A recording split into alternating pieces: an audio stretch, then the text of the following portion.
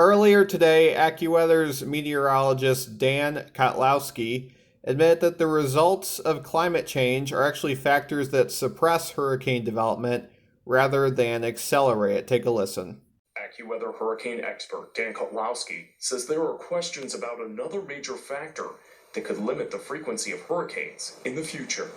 There would be more vertical wind shear showing up across the Atlantic basin. In those studies, they actually determined that there actually would be less storms, 20, 30, 40, 50 years from now, but they were more powerful. Dan believes the focus should not be on the number of storms, instead, how quickly they intensify, the strength they reach, and their speed after landfall. So, just to give some background, this was part of a 2.5 minute preview of AccuWeather's series, Our Changing World, which is very similar to the PSA stunt put out by the Weather Channel 7 years ago, parts of which were aired on this channel in the previous video that I did on this topic. I highly encourage you to watch it after this is over if you haven't already.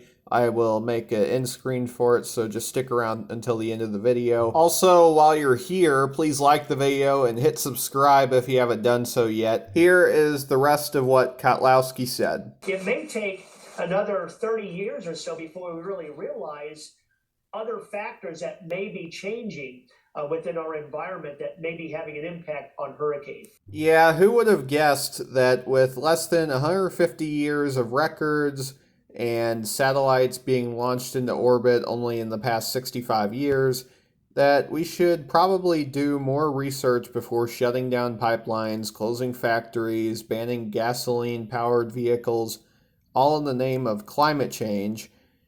And Kottlowski made a really good point about the increased wind shear, because that is exactly what is going on right now with everything currently out in the Atlantic Basin. Almost everything right now is getting ripped apart out there, and I might remind you, we are just a couple weeks past the post of the peak of hurricane season. Right around this time in 2005, Hurricane Rita was making landfall near the Texas-Louisiana border, yet Peter and Rose have been and continue to be sheared apart.